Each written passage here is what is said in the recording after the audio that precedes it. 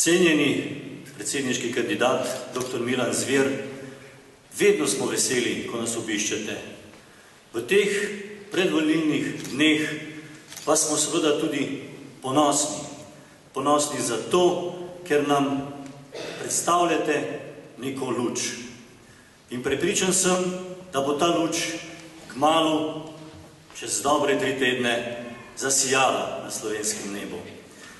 Pozdravljam tudi posebej seveda tudi našega dragega gosta, ministra za notranje zadeve, doktorja Gorenjaka Vinka za soprogo, in pa seveda pozdravljam vse 3 poslanke, predsednike in predsednice občinskih odborov Nove Slovenije iz Slovenske demokratske stranke, vse članice in člane in seveda vse simpatizerje, ki ste danes prišli podpreti našega kandidata za predsednika Slovenije. Celje, kot smo slišali, je igralo v zgodovini pomembno vlogo. Ne samo to.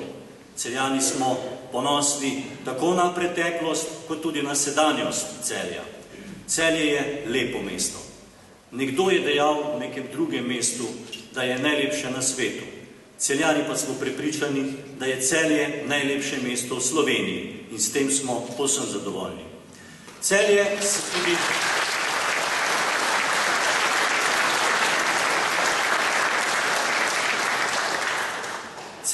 se tudi ves čas razvija. Da se v Celju gradi, ste se lahko prepričali tudi, ko ste vstopali v to veličastno dvorano.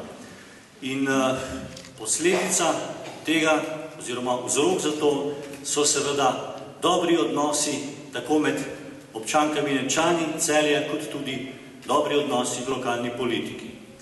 Celjska lokalna politika zna stopiti skupaj, zna videti dan naprej in zna se tudi temu primerno prilagoditi in storiti konkretne korake. Celje gradimo zato, da bi bilo jutri lepše. In v Sloveniji imamo tudi eno veliko priložnost, da bi tudi v Sloveniji bilo jutri lepše. In po tej poti nas lahko pripelje naš predsedniški kandidat, dr. Milan Zver. Kot sem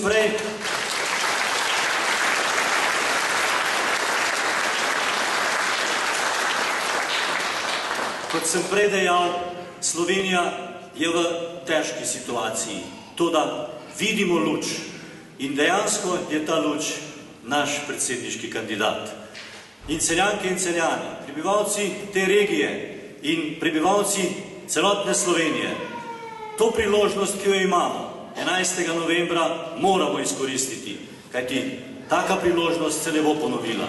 Zato vas vse ne samo vabim na volišče, ampak vas povabim tudi, da poveste tistim, ki ne vedo toliko o gospodu doktorju Milanu Zveru kot mi, da jim odpremo oči, da jim povemo, da je to tista priložnost Slovenije. In prepričan sem, da bomo lahko 11. novembra na Martinovo nedeljo vsi veseli in zadovoljni, kajti to bo tisti prvi korak, ko bo Slovenija šla v lepše čase. Hvala.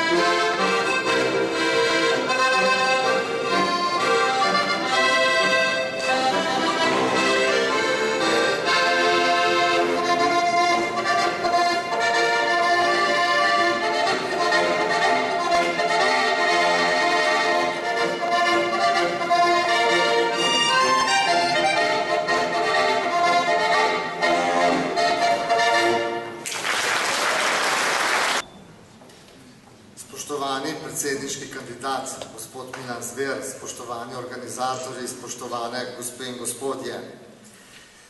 Mi, našim generacijam, je bilo doživeti tisočletne sanje slovenskega naroda in doživeti in dočakati samostojno državo. To je nekaj, kar lahko nekateri drugi narodi, tudi v Evropi, tudi v naši soseščini, pravzaprav samo sanjajo in pa si želijo. Na slovensko državo smo mogoče v teh 20 letih začeli gledati na morda nekaj kot preveč samoumevnega, vendar ne smemo tega tako gledati. Moramo ceniti vse napore, ne samo osamosvojitvene generacije, ampak tudi vseh generacij pred tem, ki so nas pravzaprav pripeljali in omogočili, da je prišlo do lastne države. V zgodovini je že bilo nekaj takšnih poskusov, v prejšnjem stoletju 2. Po prvi svetovni vojni smo seveda izgubili skoraj tretjino narodnega ozemlja, po drugi svetovni vojni, ko je pravzaprav v Evropi zasijala svoboda, vsaj v njeni zahodni polovici, je Slovenijo zajel somrak enoumja in pa novih krivic. In potem pod pepelom je vse skozi nekako žarela ta naša misel, želja po svobodi in čas se je naj mi bo dovoljeno rečeno dopolnil. Tudi za slovenski narod.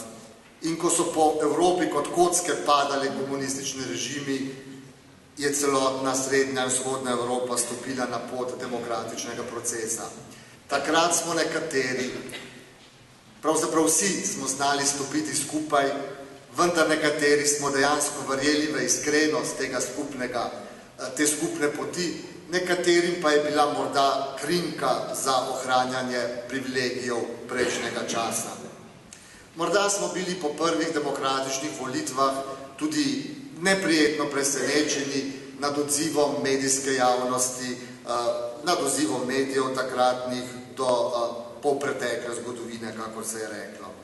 Vendar veste, mi kot Nova Slovenija, ki temeljimo na krščanski demokraciji, ki temelji na katoliški in protestantski filozofiji in etiki, ki temelji na spoštovanju človeka, posameznika, kjer posameznik ni samo vpet v kolesje zgodovine in element, tam mislimo drugače. Poskušamo razumeti vse tiste, tudi vse tiste, ki mislijo drugače in ki nam seveda pogosto tudi odrekajo lastno mnenje ali pa smo celo deležni šaljiv, vendar mi vztrajamo in bomo tudi vnaprej vztrajali, da smo deležni enakega spoštovanja. In veste, ko smo v Novi Sloveniji razmišljali o podpori predsedniškemu kandidatu, smo to resno premislili. Ni šlo za neko politično odločitev ali za kakršnokoli, ne vem, kalkuliranje. Želeli smo verjeti v človeka, ki ga bomo podprli v skladu z našim programom, pa tudi v skladu z našimi vrednotami. In prepričani smo, da je predsedniški kandidat, gospod dr. Milan Zver, človek vrednot. Prepričani smo, da je človek, ki ga Slovenija v tem trenutku potrebuje. In zato ga podpiramo. Smo v časih, zdaj seveda, poglejte, kadarkoli iz zgodovine bi potegnili povprečnega Slovenca, bo pojamalo, da so zelo težki časi, kadarkoli. Tudi sedaj so težki časi, soočamo se z neko težko finančno in gospodarsko krizo in zato še posebej potrebujemo predsednika, ki bo znal povezovati vse Slovenke in Slovence in vse državljane te države. Predsednika, ki bo videl dlje, predsednika z vizijami države, slovenskega naroda in državljanov in državljank te države. Verjamemo, da gospod dr. Milan Zver premore vso potrebno širino, ki je predpogoj za dobrega predsednika. Tudi verjamemo, da ima gospod dr. Milan Zver vse potrebne kvalitete in da bo dober predsednik države. Menimo, da je čas, da Slovenija dobi predsednika po meri ljudi. Predsednika, ki se bo zavzemal za vrednote, ki jih spoštujemo, ki si jih želimo, ki jih želimo, da jih spoštuje tudi družba. Dr. Milan Zver.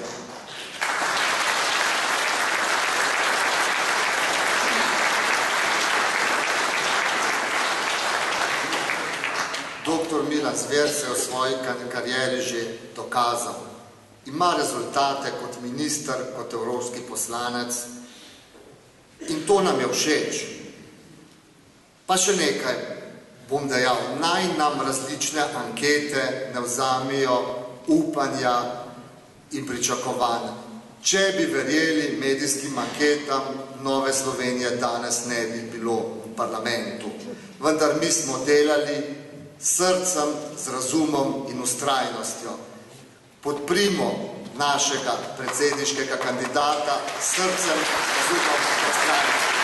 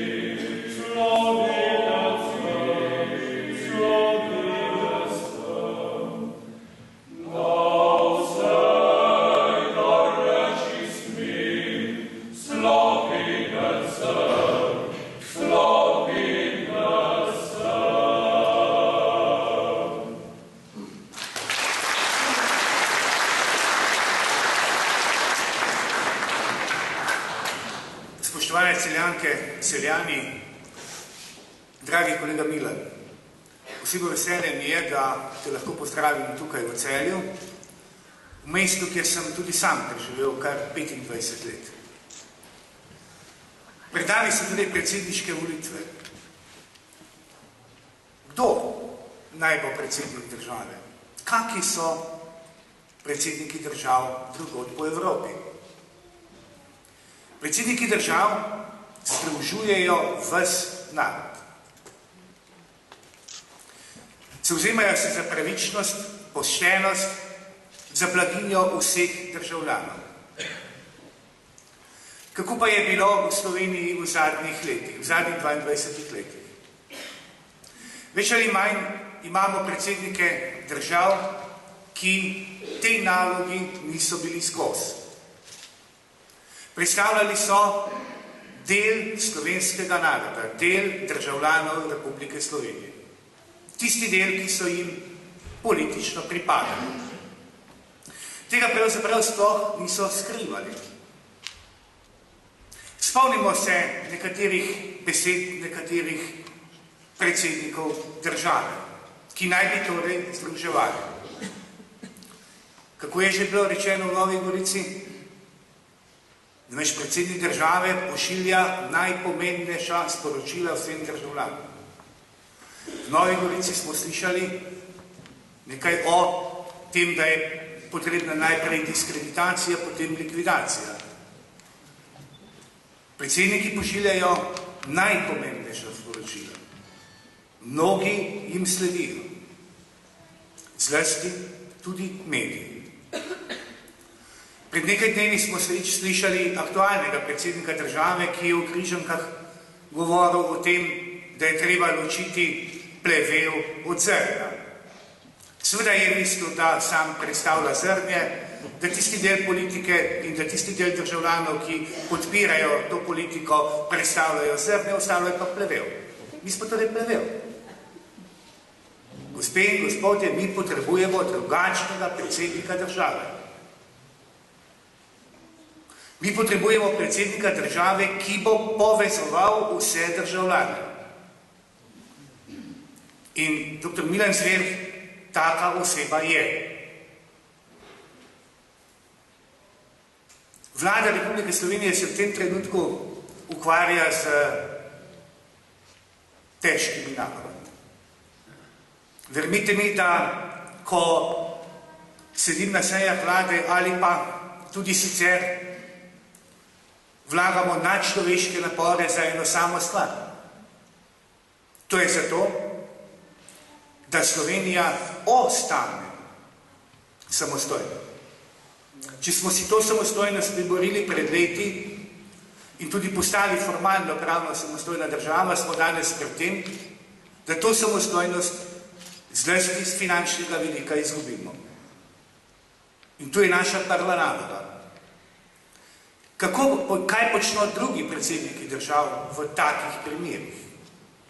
Se konec koncev to vrstne ukrepe, kot jih sprejema ta vlada, sprejemajo tudi druge evropske države. Ne samo tiste, ki so že zaprosile za pomoč, tudi tiste, ki se rešujejo iz krize ob 12. uri, kot je bilo rečeno včeraj,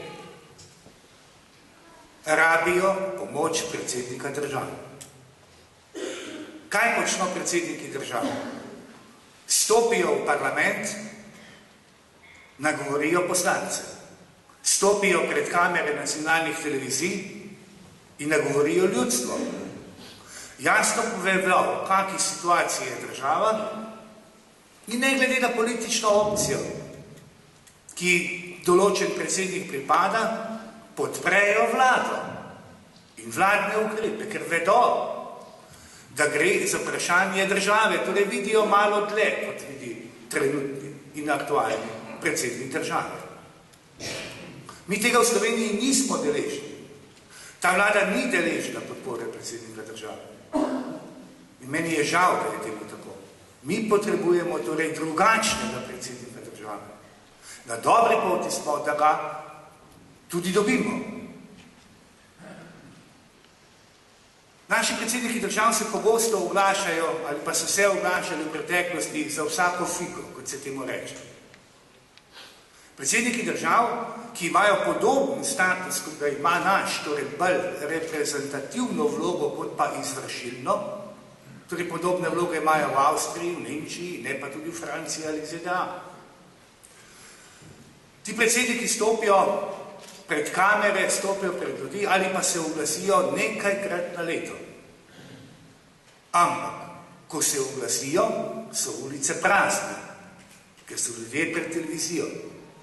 Ker vedo, da bo predsednik države povedal nekaj pomembnega vsem ljudem in ker mu tudi zaupajo. Torej, tudi na tem področju mi potrebujemo spremembe in verjamem, da smo na dobri poti, da z dr. Zverom dobimo človeka na mestu predsednika države, ki tak tudi bo. Sam sem danes na Ministrstvu za notranje zadeve odnosno v tej verigi, če smem tako reči, kot član vlade, med policijo, tožilstvom in sodstvom. Človek bi rekel, da predsednik države nima nekih vlog ali kakšne posebne vloge do teh organov. Vse je tudi res nima. Ampak tudi ti organi potrebujejo jasno besedo in jasno smer predsednika države. Ker on je avtoriteta. To pa je, zakon velja enako za vse in pravica za vse.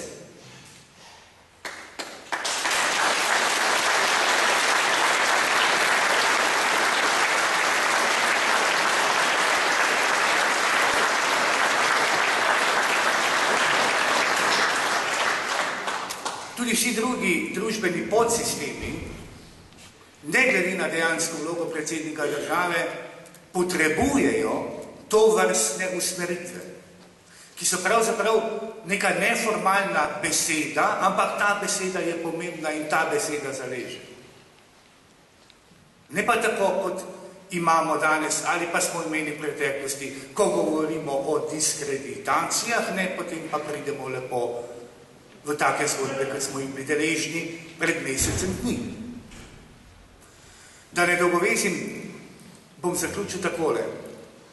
Dragi Milan, skoraj leto dni bo, ko smo v okviru Slovenske demokratske stranke se pogovarjali o tem, kdo naj bo naš kandidat za predsednika države. Bilo je tu blizu, v Rimskih Toplicah. Malo smo tehtali, predtem smo to odločitev sprejeli. Tudi tvoje ime je bilo v igri in vesel sem, seveda, da sva, predtem smo se uradno odločili za kandidaturo, nekje v enem delu tega hotela se pogovarjala in sem rekel, Milan, ti moraš v to kandidaturo. Jaz verjamem, da smo danes na pravi poti. Na tisti poti, ki nas pelje do novega predsednika države Milana Zvera. Ankete naj nas ne motijo, vse pravzaprav.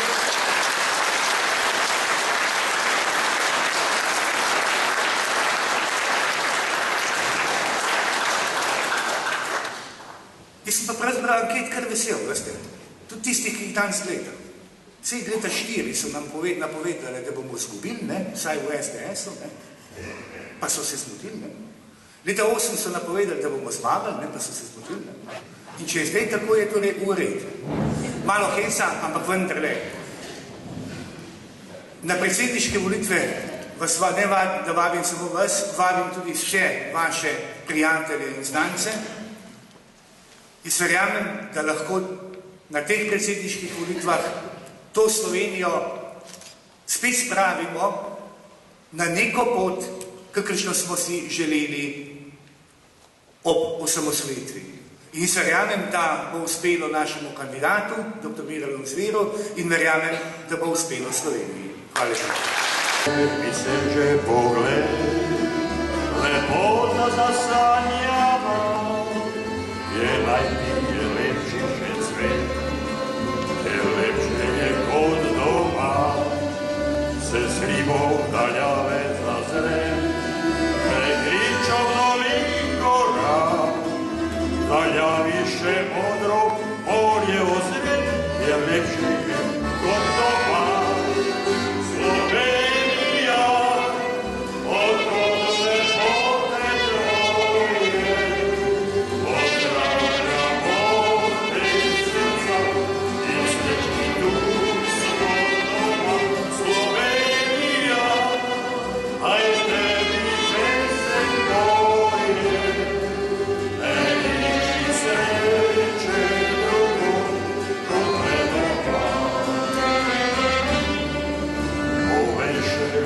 plače i bel, obhodim že vesi svet, je lepša dežela še kje, ko naša jesen doma, je vetrič vesel zapel, preletel je prek sveta, in takih lepotni naše litje, kot tu letel se doma.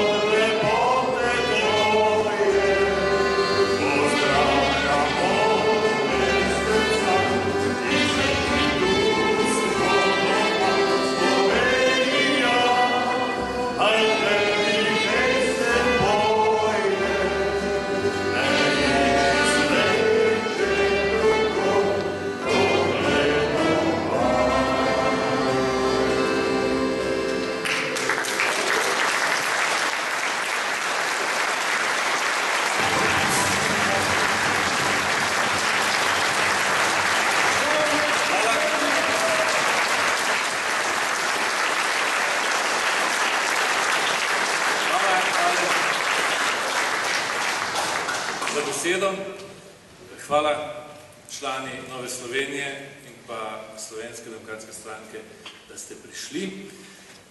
Hvala vsem govornikom, ki ste uporabljali tako lepe besede, da bi me predstavili kot kredibilnega kandidata za predsednika republike. Dovolite, da se še zahvalim tudi vsem tistim, ki mi že tedne in mesece pomagajo v kampanji.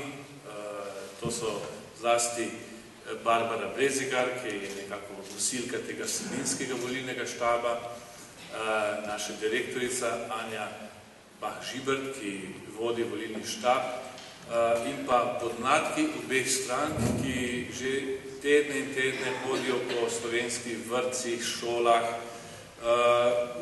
domovih upokojencev, kjer se pogovarjajo z upokojenci, nosijo šolske potrebščine v šole, se igrajo z otroci vrtci, celo kri so dali prostovoljno skupaj z mano v okviru te kampanje. Skratka, tudi oni si zaslužijo in velik aplavz in velik poklon.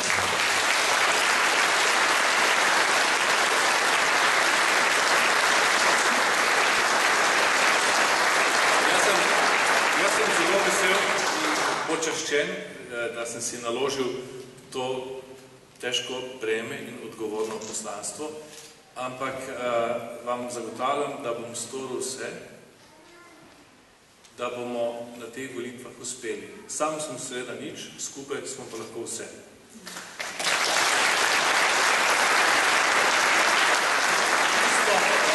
Ko danes poznam, ne vem še, kdo bodo vse moji proti kandidati, za dva pa zagotovo vem. To sta dr. Danilo Türk in pa Borut Pahor. Zdaj, na prvi pogled bi lahko rekli, oba sta že imela svoje priložnosti in nista jih najbolj izkoristila. Zdaj, če bi malo bolj sproščenem tonu dejali, pri Borutu Pahorju so malo manjkale kompetence, ni bil najbolj vešč vodenja vlade.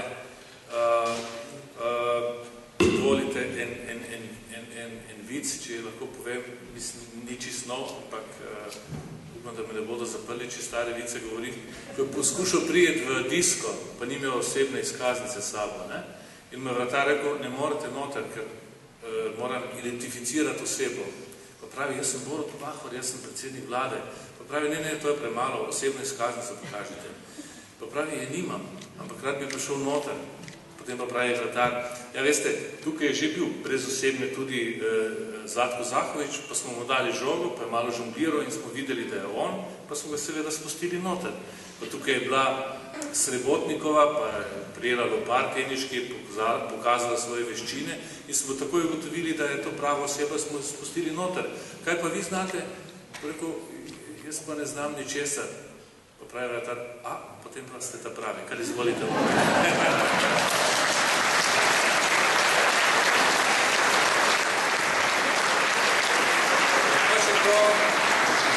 V njegovih časih, ko so vprašali, koliko ljudi dela v njegovi vladi, je nekdo odgovoril četrtina. Pa potem je bil štos, da so delali zadaj vrata na ministrstvi, posebna vrata od zadaj, da tisti, ki so zamujali službo, da niso srečevali tiste, ki so prezgodaj odhajali iz nje. Tverka, torej volilni kampanji je vse dovoljeno, tudi štosi. To je naš protikandidat Borut Pahor. Pri Danilu Türku je pa nekako bolj nerodna zadeva, pa ne bom govoril vice. Se z nas zgodi, da ne bi razumel, ali pa da bi narobe razumel.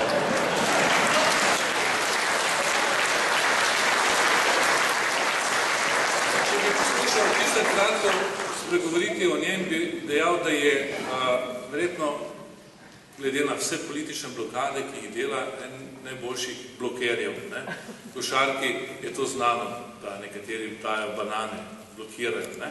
Bi verjetno lahko dobil mesto v prvi peterki pri Los Angeles Lakersih v NBA. Ampak nadaljujemo malo bolj resno. Že nekateri moji prijatelji so poskušali povedati, da v teh 2 desetletjih Slovenija ni pač izkoristila vseh razvojnih potencijalov, ki jih ima. Tudi zaradi tega, ker so nekateri vodili politiko, bi danes temu rekli bolj gradualistično, drugi pa so poskušali seveda bolj z pravimi reformami Slovenijo popeljati na pot normalnosti. Zato bom jaz predvsem izhajam iz vas, vaših vrednot in pa tudi vaše tradicije dr. Jožeta Pučnika in pa tudi Demosa, ki je pripeljal ključne stvari in ki je tudi najbolj zaslužen za to, da je Slovenija postala demokratična in pa samostojna država. Ampak tisto, kar danes moti, je ravno ta filozofija gradualizma, postopnega spreminjanja in pa proti reformam. In en glavnih ali pa osrednjih osebnosti te politike je dr. Danilo Türk. In dr. Minister Gorenak je prej lepo razložil, enostavno si noben predsednik v Evropski uniji ta hip ne privošči, recimo, da bi se postavil zoper vlado, ki poskuša spreminjati in reševati stvari. Slovenija je pač tak primer. In glede na njegovo govorico zadnje čase, zadnje dni, ko govori celo o zrno in plevelu, pleveli pa treba seveda odstraniti in to so seveda drugi, me to skrbi. In resnično se bojim, da če bo izvoljen še enkrat, da bo ne samo Slovenija živela še naprej v politični blokadi, ampak se bojim še veliko večjih, hujših stvari. Gradualizem pomeni, ali pa njihova glavna filozofija je, da Sloveniji ni treba nič spreminjati, da nadaljujemo tako, kot smo delali doslej, da dokapitaliziramo banke z davkoplačevalskim denarjem, tako, kot smo delali doslej. Skratka, tudi novinarji me večkrat vprašajo, pa zakaj se tako mudi nenehno vladi, pa tudi vam, ki podpirate vlado za temi reformami. Zakaj se vam tako nujno mudi, zakaj vlada daje v proceduro zakone, predloge, reforme po nujnem postopku in podobno. Kot da bi želeli, da Slovenija bankrotira in da zaprosi za mednarodno miloščino. In pa seveda na ta način izgubi svojo suverenost, ki smo jo pred malo več kot 2 desetletjema kome pridobili. Jaz sem vas, dragi prijatelji, v Mariboru na tistem osrednjem govoru povabil na pot preko 3 mostov. Zato, ker smatram, da ni dovolj samo, da sprejmemo te ključne reforme, ampak je potrebno narediti tudi nekatere sistemske dolgoročne reforme, da bo Slovenija veliko bolj stabilna. Prvi most je politični most in zahteva večjo politično stabilnost in učinkovitost. Drugi se nanaša na socialno-ekonomske reforme, tretji pa je povezan z kulturno nacionalno identiteto. Dovolite, da vsakem teh mostov na kratko nekaj povem. Slovenija je, kot veste, nekateri ste pridno sodelovali, no jaz imam tudi telefon. Ampak ga imam...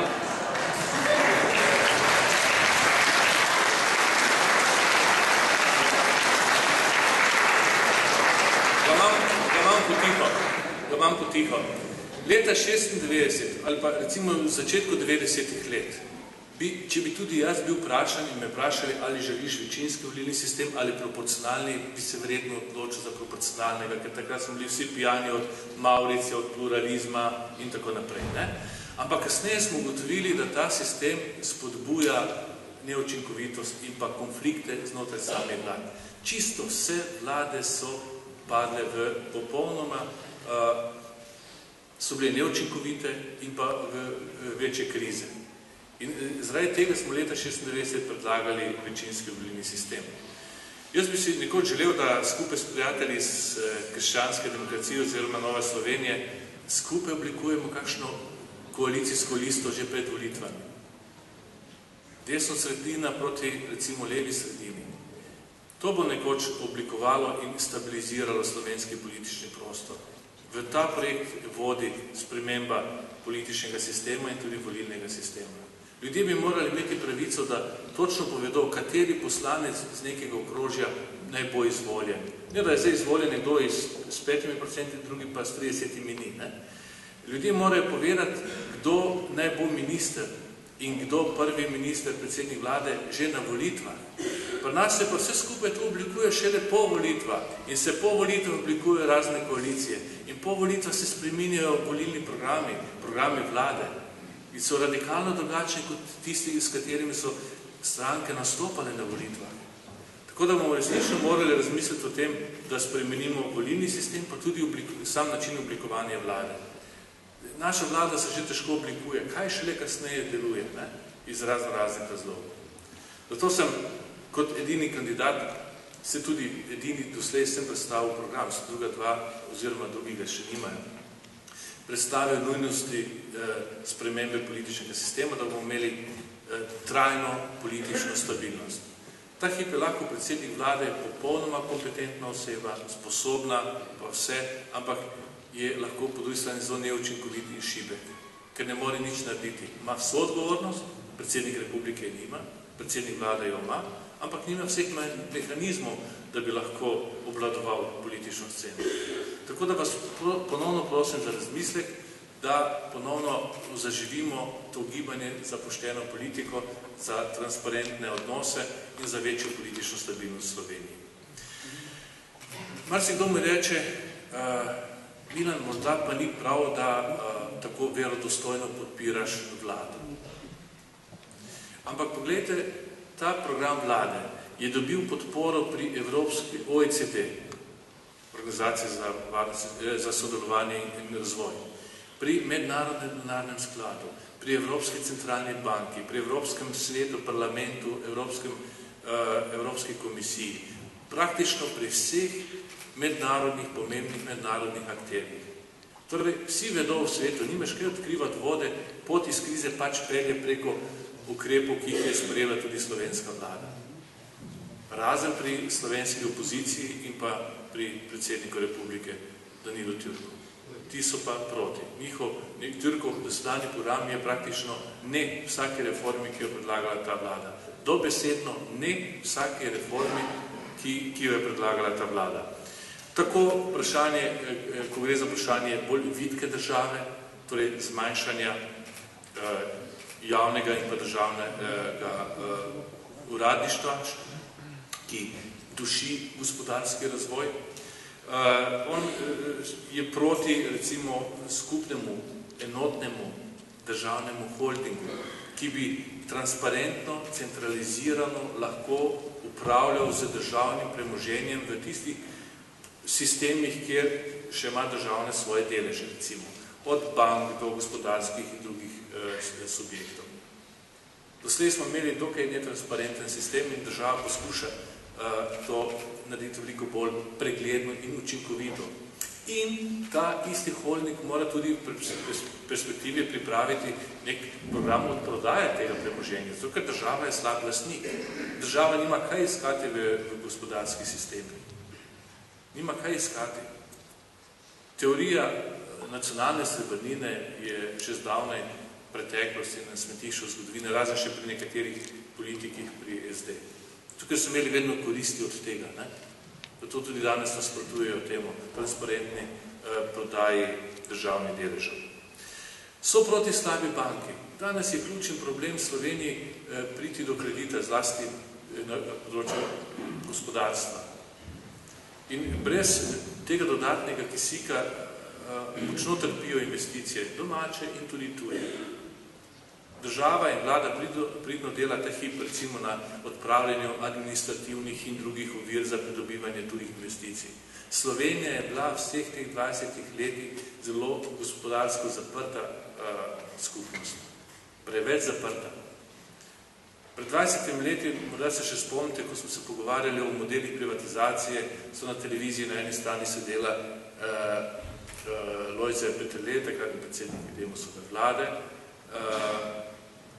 in Saks, njegov svetovalec, in pa na drugi strani, mislim, da profesor Rus in Menzinger. In tukaj sta se bila dva koncepta, en, ki bi bil za takojšno hitro privatizacijo, drugi pa so imeli še 100 idej, kako zabremzati, kako ovirati, recimo, transparentno privatizacijo takrat na Slovenskem. No in tukaj so uspeli, tisti, ki so bili že tudi prej pri koritu, so uspeli ohraniti te vzvode moči in to je tudi eden od glavnih razlogov, da v Sloveniji se slovensko gospodarstvo ni dovolj izkoristilo recimo teh zadnjih 20 let razvoja. Zato so tudi proti slabe banke. In če bi mi rešili banke tega krča, recimo, da slabe terjatve prenesemo na slabo banko ali na neko agencijo in osvobodimo zdrav del bank, bi banke nadaljevale lahko s svojim poslanstvom. Ta hip pa pač ne moremo. Trg dela in pa pokojninska reforma, predsednik republike pravi, da jo podpira, ampak ne tako, kot si je zamislila vlada, seveda ne. Pravi celo, zakaj uvajamo tuje modele na slovensko, v Slovenijo, ne, zakaj ne bi, če so dobri. In tako naprej. Najbolj pa je bila problematičen vpis zlatega fiskalnega pravila v ustavo. Tukaj so se februarja zmenili, ko še je bil Pahor na poziciji, da bodo vse slovenske stranke podprle to idejo.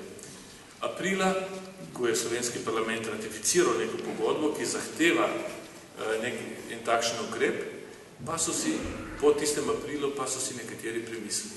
In to dva ključna akterja, to je Igor Lukšič in pa Zoran Janković, ki vodita dve opozicijski stranki. In dogovora več ni bilo. Ko je poskušal sredi poletja Janez Janša sklicati vse te politične akterje skupaj, da bi se dogovorili o tem vpisu, kjer je želel, da bi en tak signal bil zelo dober za mednarodne finančne trge, zato ker bi bili krediti, denarji veliko bolj poceni za Slovenijo, no in je zgodba propadla. Soglasja ni bilo, oziroma je bilo preloženo, danes ga ni. Mi smo dobili od takrat naprej vse 4-krat znižano poslabšano bonitetno oceno, ta škoda pa se da celo izračunati. Torej, ne Jankovića in ne Lukšiča se da tudi finančno ovrednotiti. In tukaj gre škoda v 100 milijonov evrov. Torej, prvič se je zgodilo, da so bonitetne hiše kot razlog za upad vrednosti, poslabšanje ocene, omenile eksplicitno politično nestabilnost in neenotnost v neki državi. Torej, politika ima še vedno velik vpliv tudi na gospodarstvo. Torej, gledajte,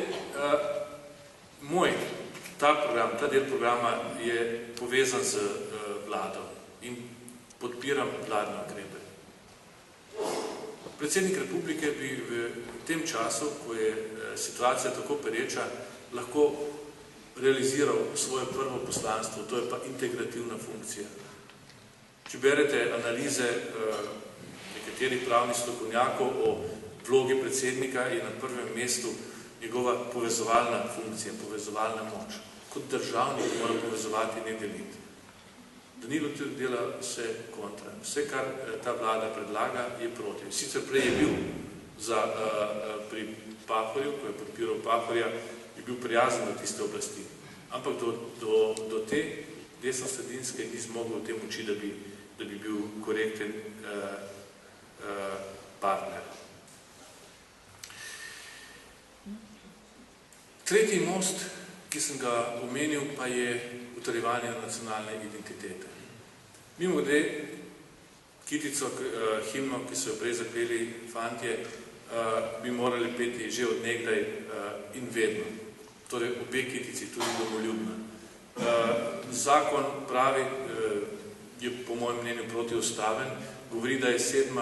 kitica Prešernove Zdravljice slovenska himna. Jaz mislim, da si Slovenci zaslužimo tudi drugo kitico, ki je domoljubna, 7. je bolj kozmopolitska, ne? Druga pa govori o Slovencih in pa o Bogu, Bog živi v slovenski svet. No in ta vrstica v tej kitici moti nekatere vplivne slovenske politike in zanimiva bo ta javna razprava. Jaz samo obujam recimo idejo, ki jo je dal tržaški pisatelj Boris Pahor že pred leti, tudi SDS je vložila neko novelo zakona, že mislim, da pred 2 letoma, vendar se zadeve ne premaknejo naprej. Jaz mislim, da bi morali Slovenci nujno imeti, kadar gre za himno, ne, obe kitici. Ne. Tako domoljubno.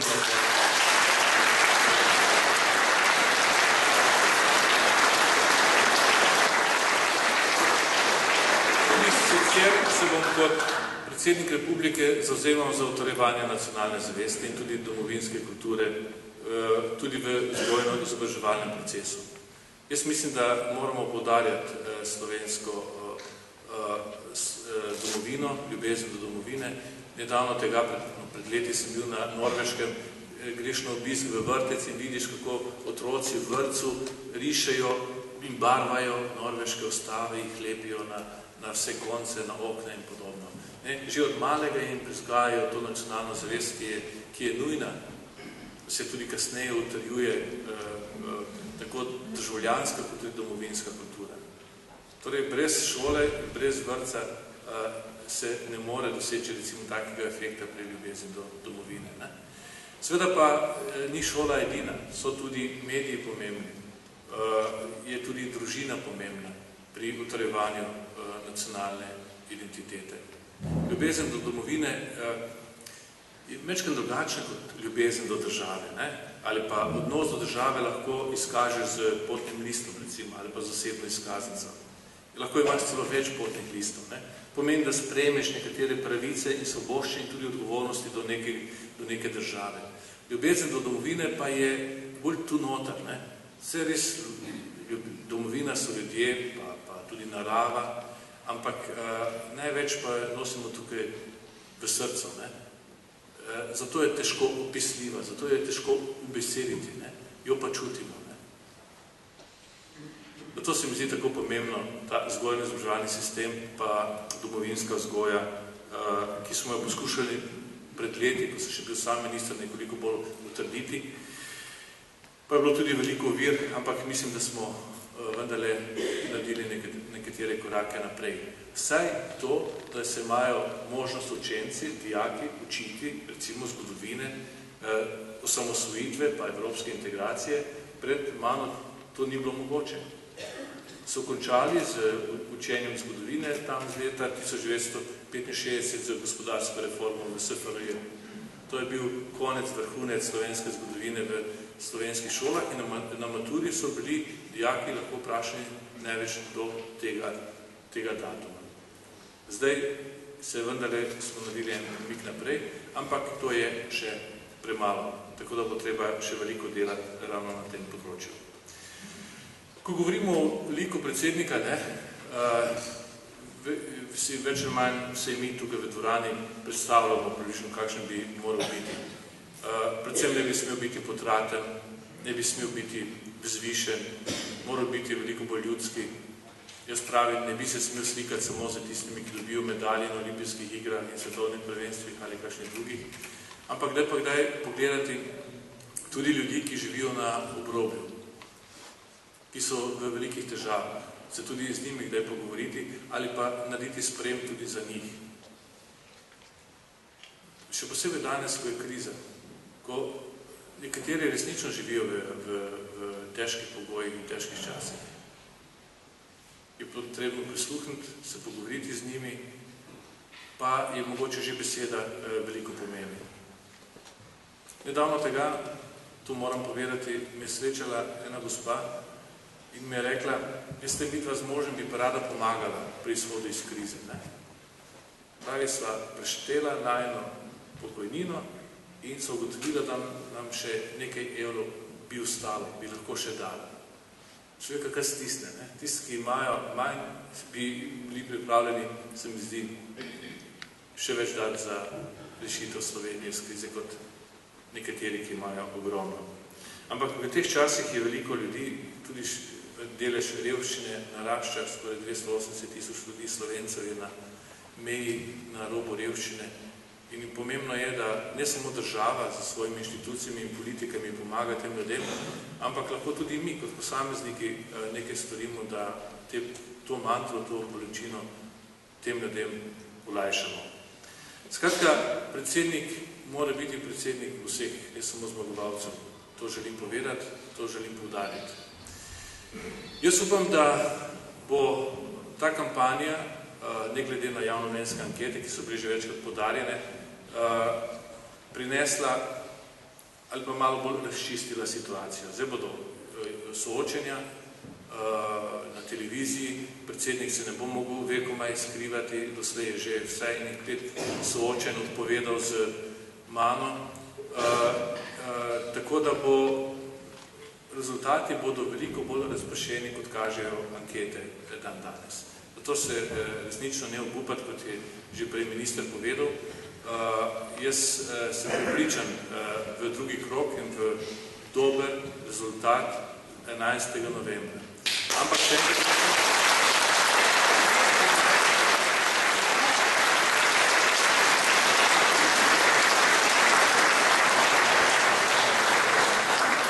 vabim vas na to pot. Resnično, kot sem na začetku povedal, brez vas sem praktično nič na tej volitvah. Vi ste mnenjski voditelji, vi lahko zagotovite večjo podporo in samo z velikim garanjem, skupnim garanjem vseh lahko dosežemo ta dober izid in na ta način deblokiramo Slovenijo. Zato gre. Ne gre za to, da jaz postanem predsednik, da jaz zmagam, da jaz nekaj postanem. Gre za to, da deblokiramo Slovenijo. Slovenijo, ki sedaj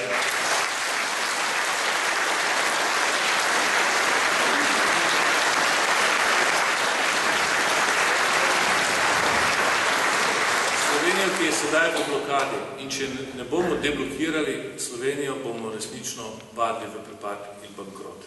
Tega si ne moremo privoščiti že zaradi naših zanamcev, zaradi naših vnukov in otrok. Hvala lepa.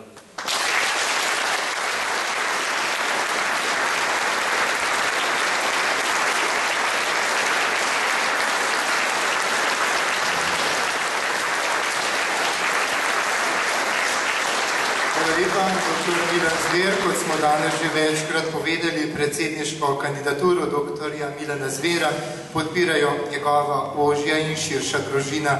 Gospa Andreja je danes žal odsotna zaradi bolezni, zato pa je očeta nocoj na konvencijo prišla podpret hčerka Urša. Oba skupaj vabim, da se mi pridružita.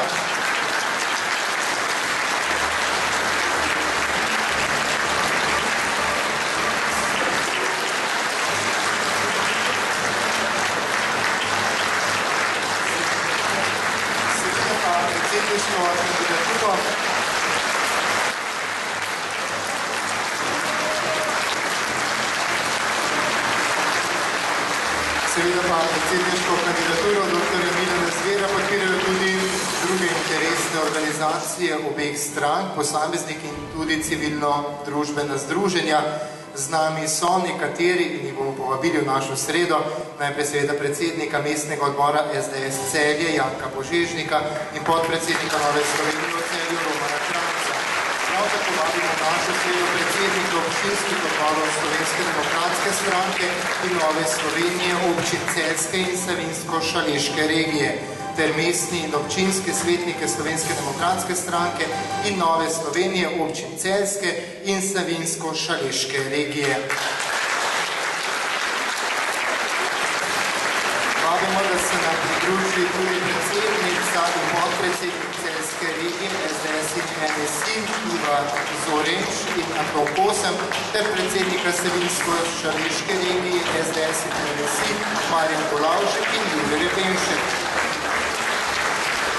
Dr. Milana Zvera podpirajo tudi predstavniki interesnih organizacij SDS in NSI z nami so Irma Firsla, Leon Polinšek in Aleš Perdeš z Verinicami.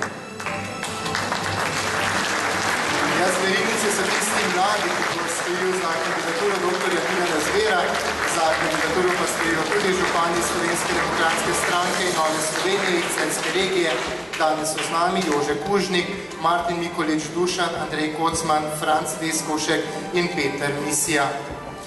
V imenu civilne pobude združujemo za prihodnost, podpirajo tudi našega kandidata, vlastnik verige trgovin Franc Jager, predsednik regijskega združenja albanske skupnosti Uka Jašar in direktor Hotel Sava Rogaška Stanislav Pšeničnik.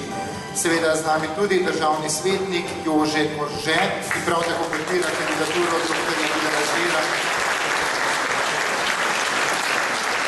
Pa so tudi člani izvršilnega odbora SDS in NSI na državni ravni Aleksander Reberšek, Franc Ušnik, ki je tudi župan občine Vransko, in Janko Požežnik, ki pa je tudi predsednik izvršilnega odbora Celje. Našo sredo bomo sedaj povabili tudi poslanki Slovenske demokratske stranke v državnem zboru Janjo Napast in Damjano Petavar Dobovšek.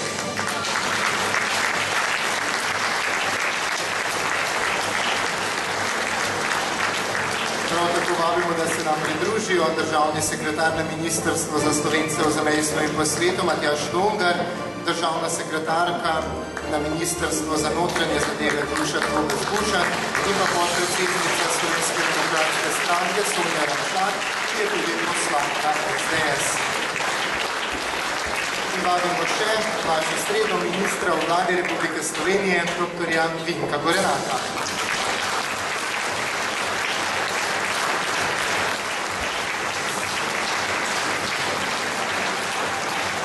Tako, spoštovani zbrani, vsi, ki stojijo za kandidaturo dr. Milana Zvera. Slovenija je pred najpomembnejšimi volitvami po letu 1990. Čas je, da Slovenija dobi novega predsednika, pravega predsednika, ki vidi dlje. Gospe in gospodje, čas je, da Slovenija dobi Milana Zvera.